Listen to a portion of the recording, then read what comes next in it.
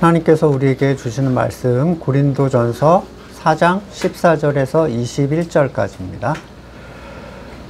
내가 이런 말을 쓰는 것은 여러분을 부끄럽게 하려는 것이 아니라 나의 사랑하는 자녀들 같이 훈계하려는 것입니다. 그리스도 안에서 여러분에게는 1만 명의 스승이 있을지 몰라도 아버지는 여럿이 있을 수 없습니다.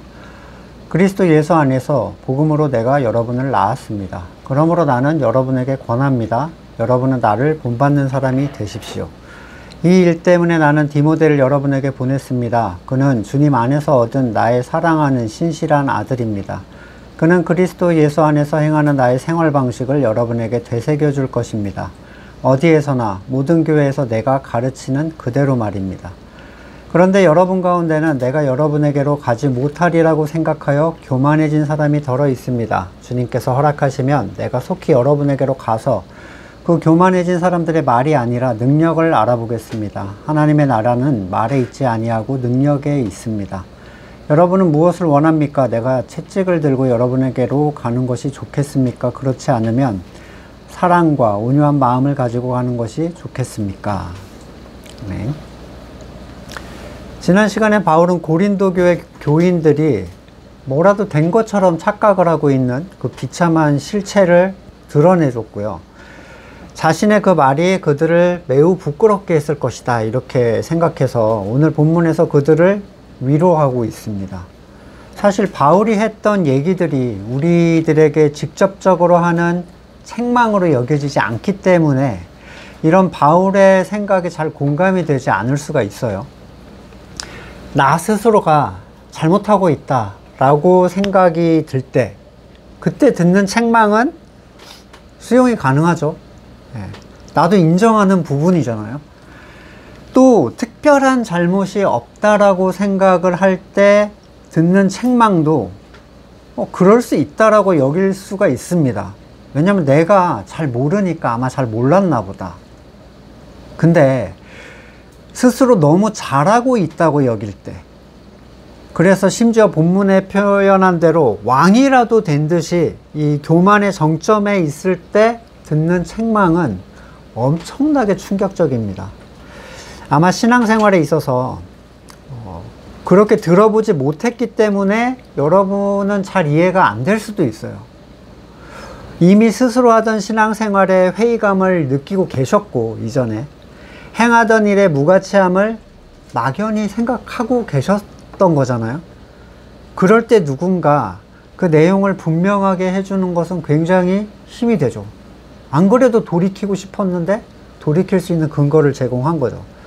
근데 여러분이 건물교회에서 열심을 다해서 신앙생활을 하는 분들에게 우리에게 전해진 복음을 전한다 이렇게 생각을 해 보십시오. 여러분, 유대인이 아닌데 왜 주일을 지킨다고 합니까? 왜 11조를 지킨다고 하죠? 그것을 지키는 걸 신앙의 구할로 생각하는 사람이 건물교회 한 80%는 될걸요? 주일 성수 11조. 평생 그거 지키는 거 하나 자부심을 느끼고 있는 사람들에게 책망은 됐고 정확한 사실에 대한 언급만으로도 수치이고 행했던 모든 신앙의 삶을 부정하는 게 돼버립니다. 성가대 교사 수십 년 근속하면서 자신이 교회의 오랜 기둥이고 일꾼인 것처럼 생각하는 사람들에게 구원의 기쁨도 없는 껍데기 찬양의 무가치함을 말하거나 성경의 핵심 진리들에 대해서 질문했을 때 답하지 못하면 그들은 상상도 못할 큰 수치심을 느끼게 됩니다. 언젠가 말씀드린 적이 있지만 전에 사역하던 교회에서 장로님이 평신도에게 돌리는 설문지의 질문을 자기가 만들어서 이 부교역자들한테 가져왔어요. 제가 거기 앉아 있었는데 어떠냐는 거예요, 이 질문이.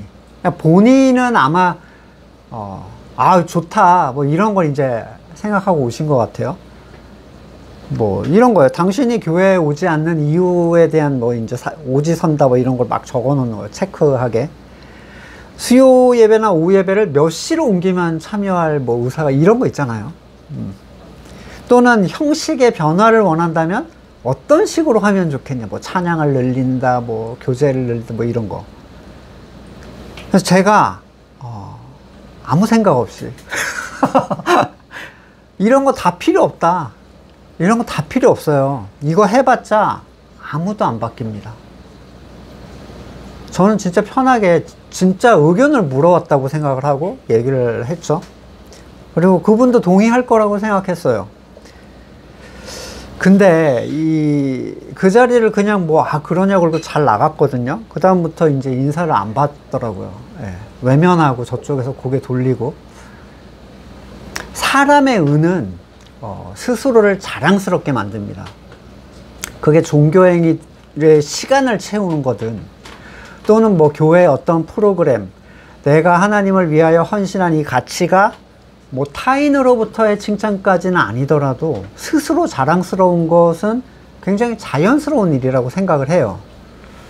하지만 바울이 그들이 자랑스레 행했던 그 일들을 젖먹이나 하는 일들, 하나님의 교회를 찢는 일, 성령의 일을 회방하는 것이라고 말을 한 겁니다.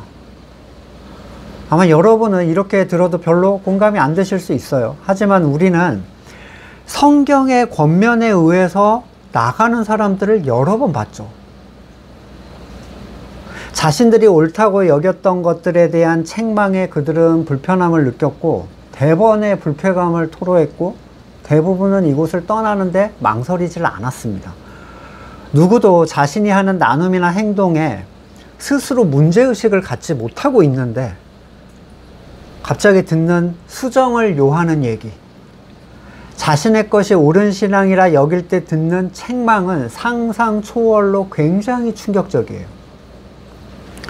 목회자의 권면과 상관없는 사람의 일에 대한 어떤 책망, 홀로 황홀경에서 떠들던 어떤 공감 없는 나눔에 대한 책망, 인본주의에 대한 책망, 분노의 합리화에 대한 책망, 번영주의에 대한 책망, 신비주의에 대한 책망, 항구연구, 지구평형설, 자유주의, 또는 설교를 좀 더 들어보시고 오세요. 저를 찾아오신 분 중에 설교를 좀 들어오시고 오세요라고 하면 바로 접습니다. 인간의 자유의지로 선택 가능하다는 구원에 대한 어떤 책망, 대충 생각나는 것들을 엮은 거예요. 이게 우리가 겪은 내용들입니다. 이런 책망으로 나가신 분들이요. 자신들이 옳다고 여겼던 가치에 대해서 책망하면 거의 누구든지 거기에 대해 즉각적인 분노와 충격 또는 실망감을 느끼면서 떠나갑니다. 하지만 그걸 겪어내고도 남은 분들도 계세요. 어떠한 종류의 책망과 권면에 있어서 충격을 받고 기분이 상했을지도 모르지만 그래도 남아서 이곳에서 깊이 하나가 된 분들도 계십니다. 많은 이들이 저에게 목사님 제가 잘못된 길로 가거든 솔직하게 얘기해 주세요, 이런 걸 굉장히 당부를 많이 하세요. 하지만 그 중에 얼마나 많은 분이 자기가 옳다고 여기는 일에도 그걸 받아들일 수 있을까요? 내가 너무 잘하고 있다고 생각하는데 훅 하고 들어오면 저는 보통 깜빡이를 켜고 들어가요. 근데 그분이 깜빡이를 못 보죠. 사람들 앞에서 그게 드러나게 됨으로 인한 수치심,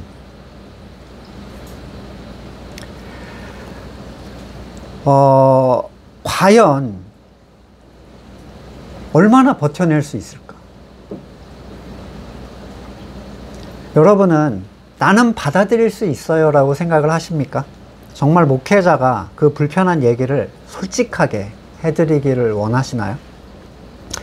저는 솔직히 여러분이 원하지 않으신다 해도 할 거예요.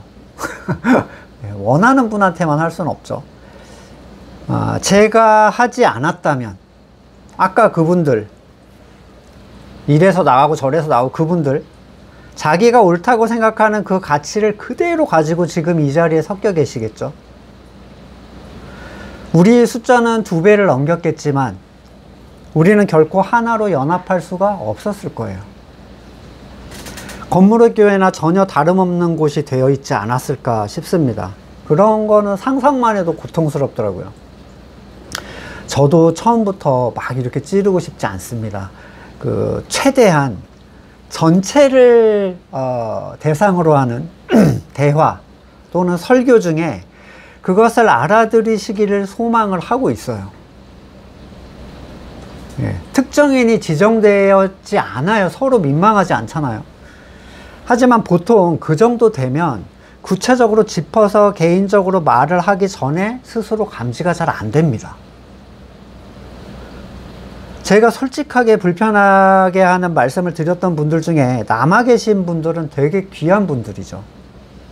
그러나 그분들조차도 그걸 뭐 받아들일 수 있는 나는 포용적인 마음이 있어서다, 이것 때문에 버틴 게 아니라 은혜로 버틴 거예요. 은혜로. 따라서 우리는 늘 겸손한 마음으로 내가 옳다고 생각하는 모든 영역에 굉장히 주의를 해야 됩니다.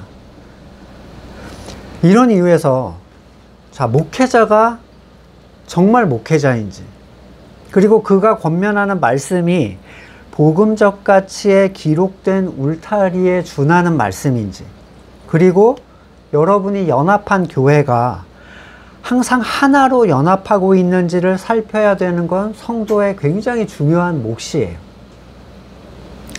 단지 목회자만을 신뢰하여 신앙생활을 하면 반드시 사람에 의해서 넘어지게 됩니다. 목회자가 하는 말이 내가 옳다고 생각하는 걸 반대할 때, 그리고 내가 그것만으로는 받아들이기 어려울 때, 성도는 교회 하나됨으로 다시 그걸 고려해서 판단할 수 있어요. 내가 연합할 수 있는가, 과연. 이걸 포기하지 않고 나는 연합할 수 있는가. 나는 모두와 하나가 되고 있는가. 그러면 이런 생각을 하실 수 있겠죠. 모두 다 틀렸고 목회자도 틀려 있는 얘기를 하고 있어. 내가 진짜 옳은 걸 수도 있잖아. 도무지 양보할 수 없는 가치가 있다면 그분은 나가셔야 돼요. 나간 분들이 다 그런 분들이죠. 그렇게까지 생각이 든다면 그곳이 진짜든 가짜든 나가셔야 됩니다. 그곳이 가짜 교회라면 나만 진짜라는 얘기니까 있을 필요가 없는 거고요. 그것이 진짜라면 나는 가짜이기 때문에 있어서는 안 되는 거예요. 하지만 참된 성도라면 목회자의 권면에 상처가 되거나 힘들 수 있어도 성도끼리는 끊을 수 없는 소통이라는 게 분명히 남아 있어요. 그리스도의 십자가를 통한 연합, 그리고 지내오면서 누렸던 복음적 가치의 소통, 기쁨들, 위로들. 그럴 때는요, 더 믿고 기다려보는 겁니다. 바울은 이 글을 읽을 고린도 성도들의 충격, 수치를 이미 예감하고 있었습니다. 그가 교회를 순회하면서 이런 책망을 얼마나 많이 해봤겠습니까? 책망은 목회에 있어서 굉장히 중요한 자리를 차지해요. 디모데후서 3장 16절 모든 성경은 하나님의 영감으로 된 것으로서 교훈과 책망과 바르게 함과 의로 교육하기에 유익하다. 디모데후서 4장 2절 그대는 말씀을 선포하십시오. 기회가 좋든 나쁘든 꾸준히 힘쓰십시오. 끝까지 참고 가르치면서 책망하고 경계하고 권면하십시오. 디도서 1장 13절 이 증언은 참말입니다. 그러므로 그들을 엄중히 책망하여 그들의 믿음을 건전하게 하고. 엄중히 책망. 디도서 2장 15절 그대는 권위를 가지고 이것들을 말하고 사람들을 권하고 책망하십시오. 계시록 3장 19절 나는 내가 사랑하는 사람은 누구든 책망도 하고 징계도 한다. 그러므로 열심을 내어 노력하고 회개해라.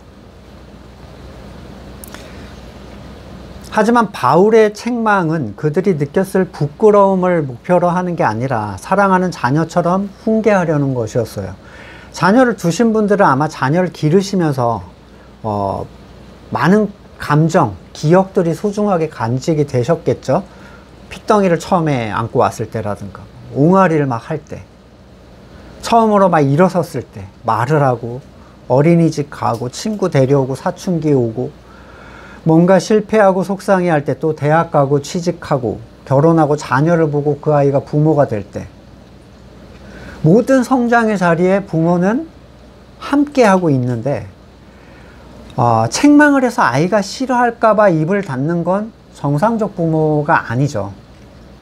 사랑하는 자녀를 대하는 것은 모든 상황에서 그에게 애정을 가지고 유익이 될 것들을 그에게 전해주기 위해서 얘기를 하는 거죠. 그게 부모입니다. 때로는 침묵도 하고요.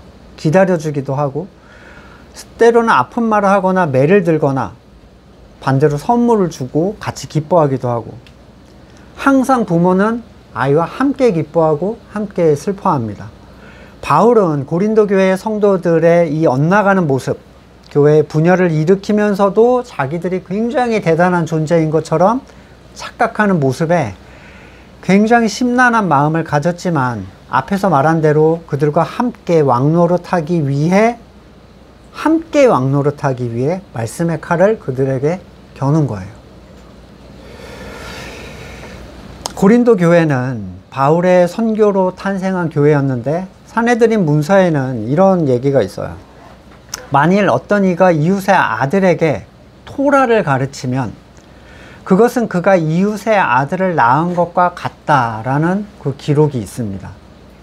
유대 문화에서 자녀의 개념은 핵심적인 게, 신앙적인 게 더 핵심적이었어요. 유대 문화에서는.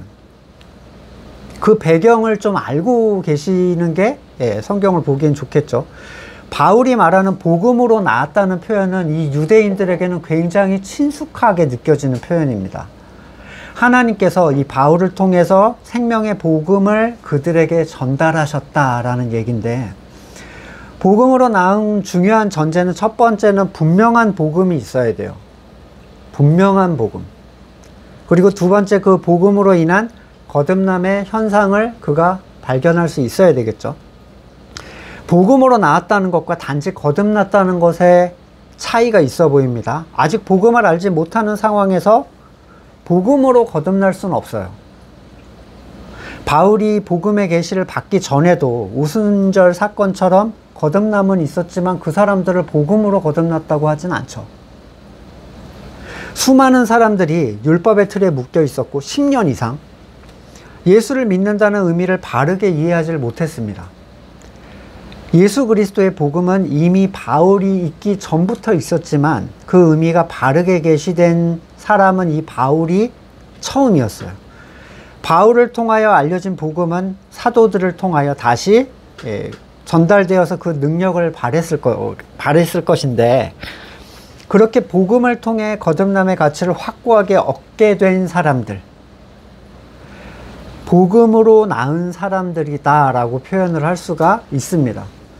거듭났어도 복음을 모르거나 복음을 가르쳤어도 거듭나지 않은 상태는 사용할 수 없는 표현이겠죠. 바울이 이런 말 하는 이유는 날카로운 지적으로 인한 사람들의 상처에 대해서 자신의 진정한 속마음을 드러낸 것이기도 하고요. 다른 한편으로는 당시 고린도 교회에서 활동하던 소위 스승이라는 사람들, 이 사람들이 교회에서 많은 문제를 유발했다라는 거예요.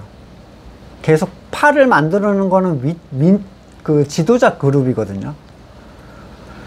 당시 또 사도 바울의 그 사도적 권위가 약해져서 이 권위의 회복을 위하여 문제를 바로잡을 필요가 있었기에 자신이 다른 스승들과 구별되는 존재임을 다시 한번 얘기를 한 거예요. 우리는 자녀를 낳을 때 어떤 자녀를 낳겠다 뭐 이런 거 의도할 수 없죠. 사실은 뭐 날짜를 정하고 어쩌고 해도 못 낳는 사람이 굉장히 많습니다. 바울은 이 자녀라는 건 이 주시는 대로 낳는 건데, 바울은 비록 가정을 꾸리지 않았지만 영적 의미에서 가족의 의미를 깊이 누리고 있었어요. 때로 이런 설교하는 분들 있죠. 가정을 누리고 애를 낳아봐야 하나님의 마음도 알고 뭐 이렇게 할 수 있다. 이런 분들이 계시지만, 이런 건 이제 성도가 아직 영적으로 성장하지 못했을 때 우리가 육적 가치를 빗대어 이해하는 영역일 뿐, 그걸 꼭 누려봐야 하나님을 이해하고 교회를 이해할 수 있는 필수 코스는 전혀 아닙니다. 그렇지 않으면 바울은 잘 모르는 사람이겠죠. 네가 뭐 애를 낳아봤냐, 아내를 가져봤냐 이런 거 아니에요. 하지만 바울은 수많은 영적 형제 자매와 교제했고 영적인 자녀들을 낳았고 모든 성도와 함께 하나님을 아버지로 두고 있는 사람이었어요.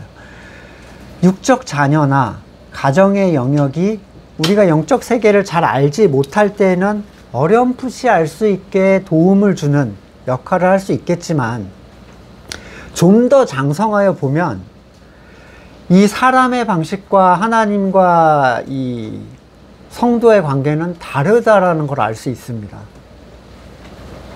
네. 장성하여 많은 것들이 뚜렷하게 보일 때 더 이상 사람의 방식대로 아는 걸 의지할 필요가 없게 돼요.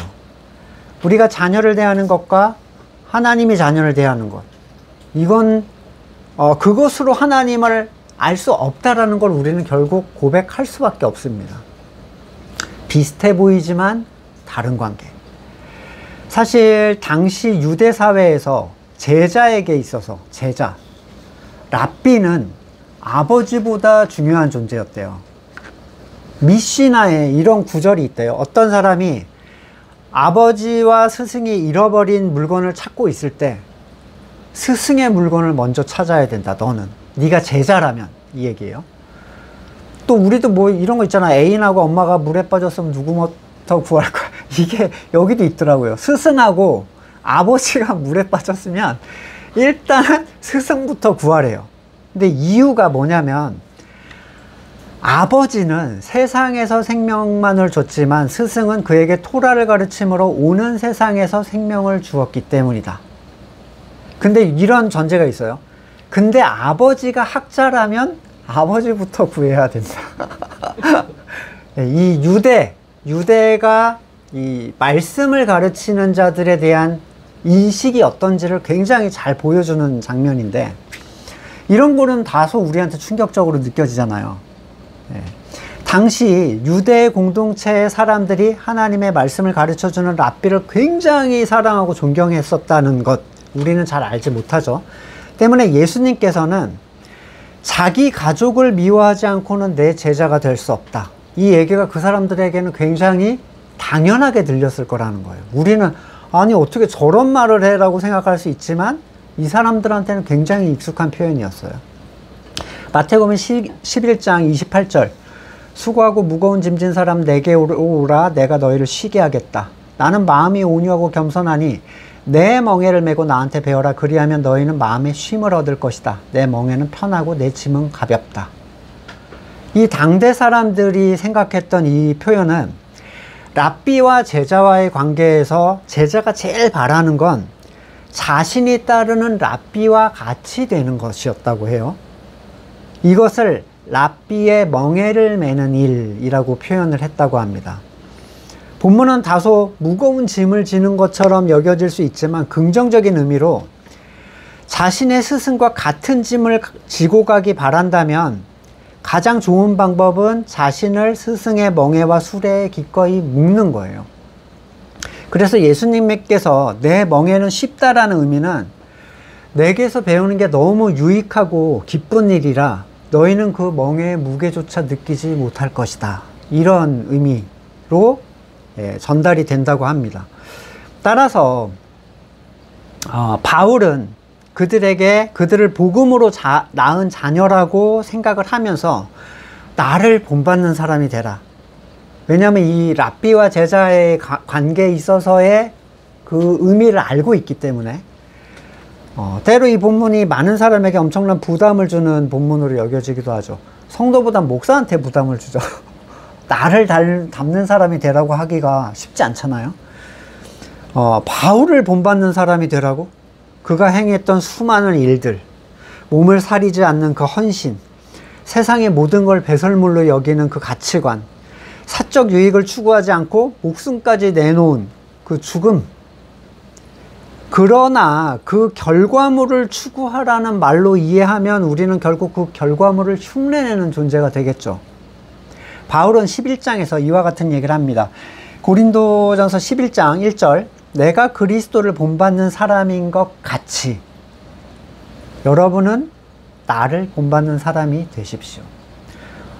아버지와 내가 하나인 것 같이 그들도 우리와 하나가 되게 해주십시오. 야유회 같은 걸로는 하나가 될 수 없는 거예요.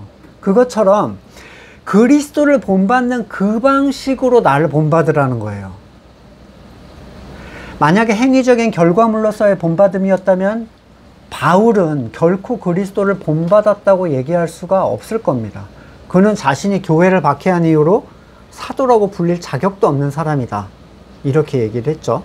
고린도전서 15장 9절 이하에 나는 사도들 가운데 가장 작은 사도입니다. 사도라고 불릴 만한 자격도 없습니다. 그것은 내가 하나님의 교회를 박해했기 때문입니다. 그러나 나는 하나님의 은혜로 오늘의 내가 되었습니다. 나에게 베풀어 주신 하나님의 은혜는 헛되지 않았습니다. 나는 사도들 가운데 어느 누구보다 더 열심히 일하였지만 이렇게 내가 한 것은 내가 아니라 나와 함께 하신 하나님의 은혜입니다. 그런데도 그가 강조하고 있는 점은 모든 것이 은혜를 따라서 이루어졌다는 거예요. 사도 바울은 그리스도를 어떤 식으로 본받았습니까? 요한복음 5장 30절 나는 아무것도 내 마음대로 할 수 없다. 나는 아버지께서 하라고 하시는 대로 심판한다. 내 심판은 올바르다. 그건 내가 내 뜻대로 하려 하지 않고 나를 보내신 분의 뜻대로 하려 하기 때문이다. 주님은 모든 것을 아버지의 뜻에 맡기신 분이에요. 그분이 하시는 모든 일은 자기 부인을 통한 하나님의 은혜의 결과물이었어요. 바울은 자기가 막 십자가에 달려 죽으려고 한 게 아닙니다. 자신의 의지로 누군가를 막 구원해내려고 한 게 아니에요. 오히려 스스로가 아무것도 아닌 존재, 하나님이 손대지 않았을 때 과거를 자신 알고 있어요. 그걸 뼈저리게 느끼고 있었고 오히려 자신의 선과 의를 부인할 때 하나님께서 그에게 주신 은혜가 드러나게 된다라는 사실을 잘 알고 있었습니다. 요한복음 15장 5절 나는 포도나무여 너희는 가지다. 사람이 내 안에 머물러 있고 내가 그 안에 머물러 있으면 그는 많은 열매를 맺는다. 너희는 나를 떠나서는 아무것도 할 수 없다. 바울이 한 거는 그분을 떠나지 않는 거예요. 그 방식으로 나를 본받아라. 나는 예수 그리스도를 떠나지 않았어. 그리고 그건 교회됨으로 확증돼요. 하나의 교회됨. 설령 자신의 삶에 엄청난 결과물이 보였다 하더라도 그거는 자기 부인의 결과물, 곧 은혜의 결과물일 뿐이지 성과를 위한 노력과 의지와 희생의 결과물이 아니었습니다. 바울이 자신을 본받으라고 한 것은 그리스도께서 하신 대로 자기를 부인하고 자기 십자가를 지는 삶을 얘기를 합니다. 이것은 특별한 대단한 일의 기획이나 성취를 의미하는 게 아니고 오히려 지극히 일상의 삶에서 매 순간 선택이 가능한 일들이에요. 이제 거듭난 신앙인으로부터 바울처럼 성숙한 신앙인에 이르기까지 우리가 본받아야 하는 것은 머리 대신 그리스도의 겸손과 낮아짐의 발걸음입니다. 17절에서 바울은 이 일을 가르치기 위해 디모데를 보냈어요. 이 일은 자기를 닮는 일이었죠. 그리고 더 풀어서 얘기하자면 예수님께서 명령하신 일, 자기를 부인하고 자기 십자가를 지며 온전히 하나의 교회가 되는 일. 디모데는 바울이 루스드라에서 영적으로 낳은 아들로 이렇게 표현을 하는데 고린도전서를 보낼 시기에 바울이 대략 55세쯤이라고 추정을 해요. 그리고 디모데와는 한 15세 정도 차이가 난대요. 그러면 한 40세 정도 되는 청년이겠죠. 바울과 디모데가 함께 했던 시간이 대략 5, 6년 정도. 본래 디모데는 현재 바울이 머무르고 있는 에베소 교회의 감독이었는데 대략 2년 정도를 사역한 이 시점에서 그를 고린도로 보냅니다. 6, 7년 정도의 시간을 계속 신앙적 교제를 한다. 짧다면 짧고 길다면 긴 시간인데 바울은 디모데에 대해서 확실한 신뢰를 가지고 있었고 디모데는 디도와 더불어 바울의 모든 복음을 그 복음적 가르침을 전해줄 수 있는 준비가 된 사람들이었어요. 어디에서나 모든 교회에서 이 복음에 대한 바울의 가르침에는 차이가 없었습니다. 복음에 관한 한 어디에서도 이 가르침은 동일해야 돼요.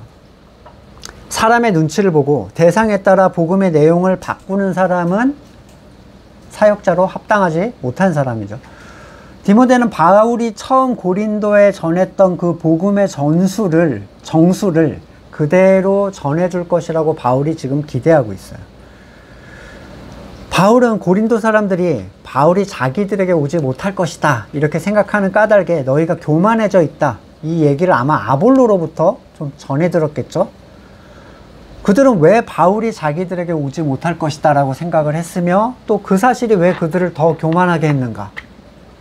먼저 바울은 당시 아시아 곳곳을 돌면서 한번 떠나면 짧게는 몇 달에서 수년 동안 이렇게 그 자리에 머물러 있었거든요. 이러한 바울의 행보는 이미 고린도 안에 소문이 났겠죠. 그러니 그러한 수많은 스케줄을 가진 바울이 쉽게 오지 못할 것이다 이렇게 생각을 했다는 어떤 의견들도 있고요.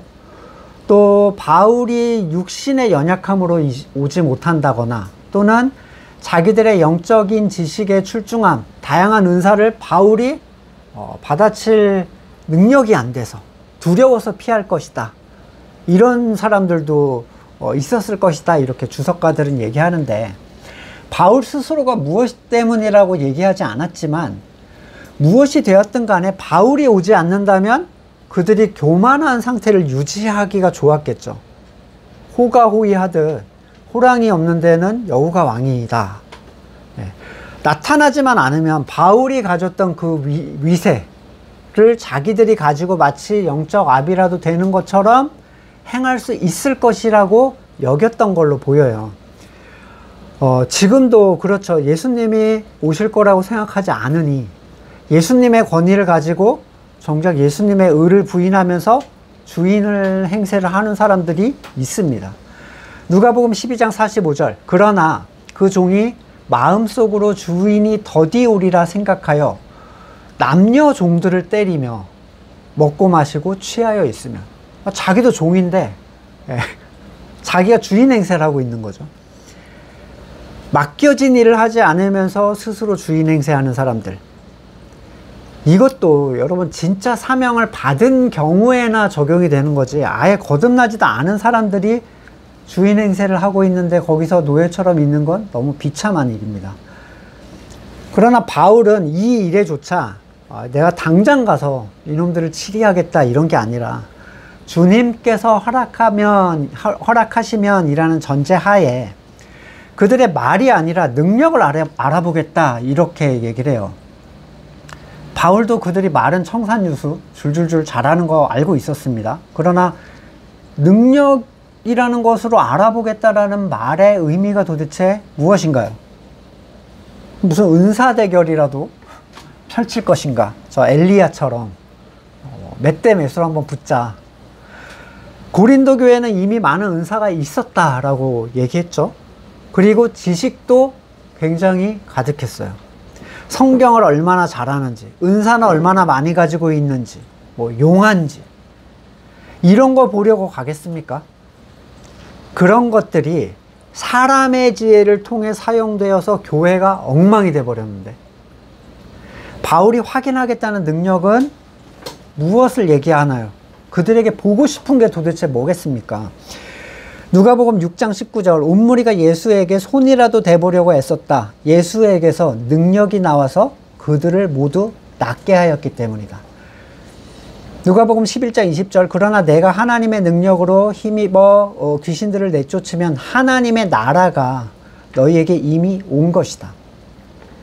먼저 그 능력은 반드시 머리를 통한 능력이고요. 그들이 낫게 된다라는 것은 그 타락한 심령이 회복되어 피조물의 정상적 자리로 돌아간 그 겸손의 상태를 얘기를 합니다. 이전에는 그들이 강하게 들려있던 그 귀신들은 스스로의 주인의 삶을 살게 하도록 만들었죠. 그런데 머리의 능력을 입은 상태는 자기 주권을 강하게 부인하는 상태가 돼요. 또 누가복음 24장 49절 보아라, 나는 내 아버지께서 약속하신 것을 너희에게 보낸다. 그러므로 너희는 위로부터 오는 능력을 입을 때까지 이 성에 머물러라.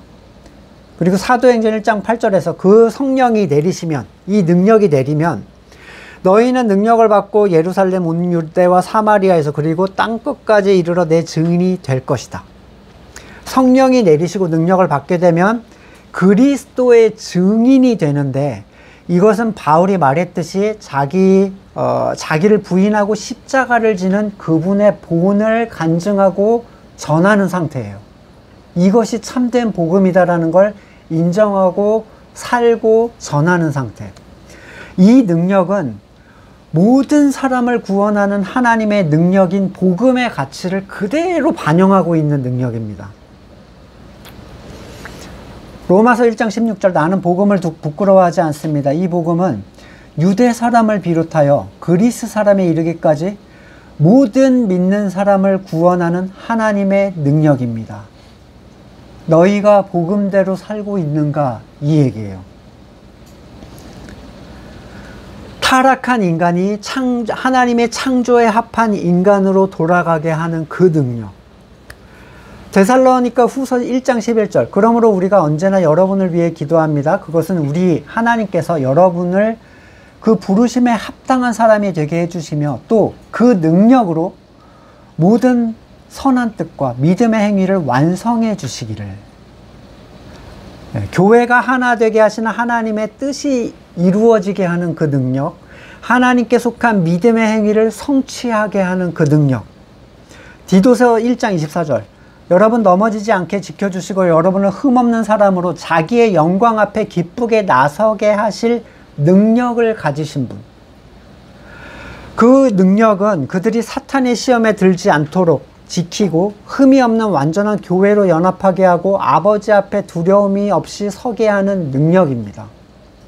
이 담대함은 오직 하나된 교회만이 누릴 수 있는 가치예요.